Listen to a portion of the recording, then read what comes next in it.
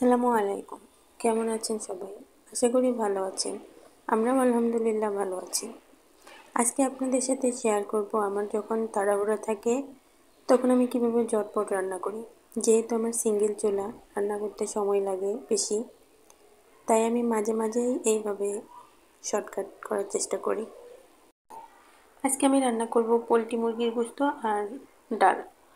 তো আমি যে কোনো মাংসকে গোশতই বলি। এটা আসলে আমাকে ছোটোবেলায় আমার এক হুজুর বলে দিয়েছিল যে আমরা যা খাই ওটা গোশত, আর মানুষের শরীরে যে থাকে সেটা মাংস। তো যাই হোক, আমি গোশতই বলি। তো আমি ডালটা ভাত রান্না করব রাইস কুকারে, তো উপরে বসিয়ে দিচ্ছি সব কিছু দিয়ে, আর এদিকে আমি চুলায় মাংসটা বসিয়ে দেব। যারা গ্রামে থাকে তারা অনেকেই ভাবে যারা শহরে বাসা বাড়িতে থাকে তাদের কি আর কাজ, ঘর গোছানো রান্নাবান্না এটুকুই তো, বাকি সময়টা শুয়ে বসেই কেটে যায়।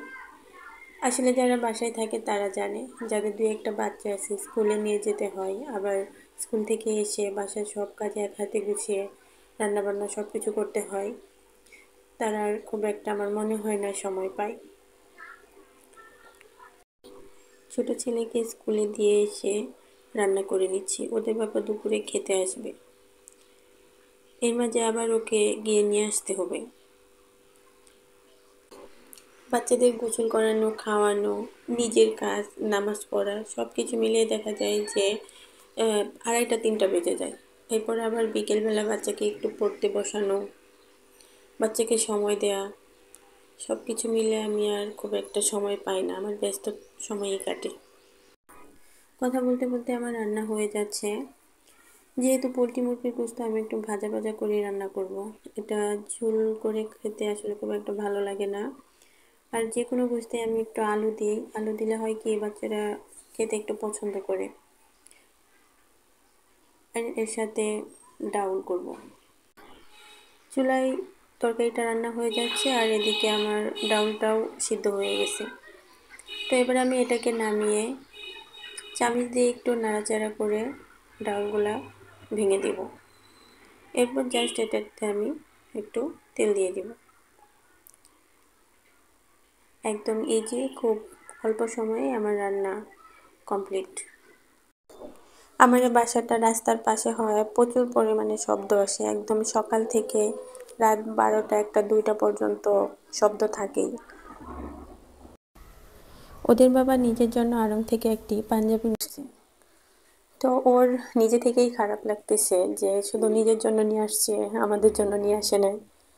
তো আমি কিছু মনে করিনি, কিন্তু ওরই খারাপ লাগতেছে।